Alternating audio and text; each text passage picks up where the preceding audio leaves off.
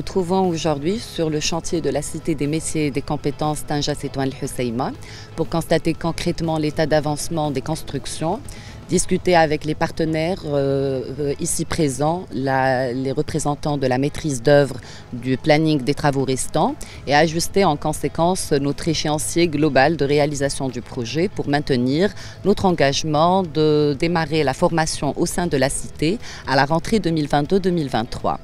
Il s'agit d'un joyau pour la formation professionnelle et pour le territoire, puisque cette cité inaugurera la 4e génération d'établissements de formation professionnelle de l'OFPPT, après les CQP, les ITA et les ISTEA.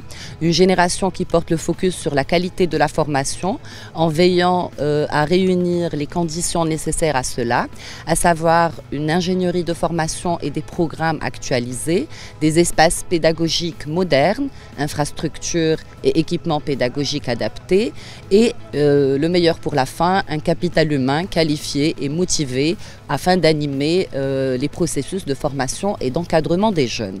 À cela se rajoute une autre caractéristique, c'est que la cité sera gérée à travers un modèle de gouvernance innovant, assurant l'implication des professionnels et du territoire dans la gestion de la formation dans l'objectif d'asseoir des formations mieux ciblées et mieux gérées dans le temps.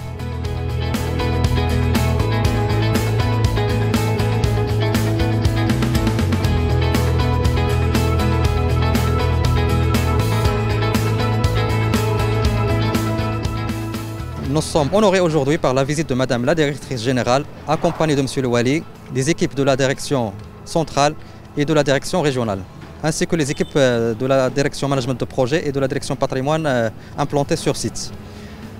Nous avons constaté l'avancement avec l'entreprise, l'architecte et le bureau d'études. On est à un taux d'avancement de 25%. Le projet est composé de 9 pôles, avec une superficie couverte de 35 000 m² couverts, et il est situé à Bou Khalf.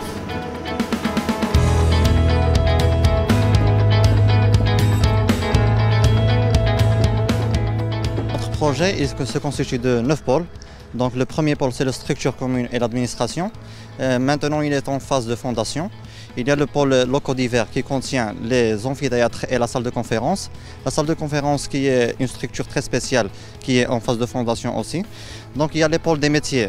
Il y a le pôle gestion commerce / digital. Il est en phase de la maçonnerie, c'est-à-dire la séparation, étanchéité et le secondaire. C'est le même cas pour le pôle tourisme, le pôle santé, le pôle pêche, le pôle agriculture et le pôle industrie. Effectivement, le pôle industrie, c'est en charpente métallique. Donc, il est une sorte de hangar en métallique. Il est en phase de montage.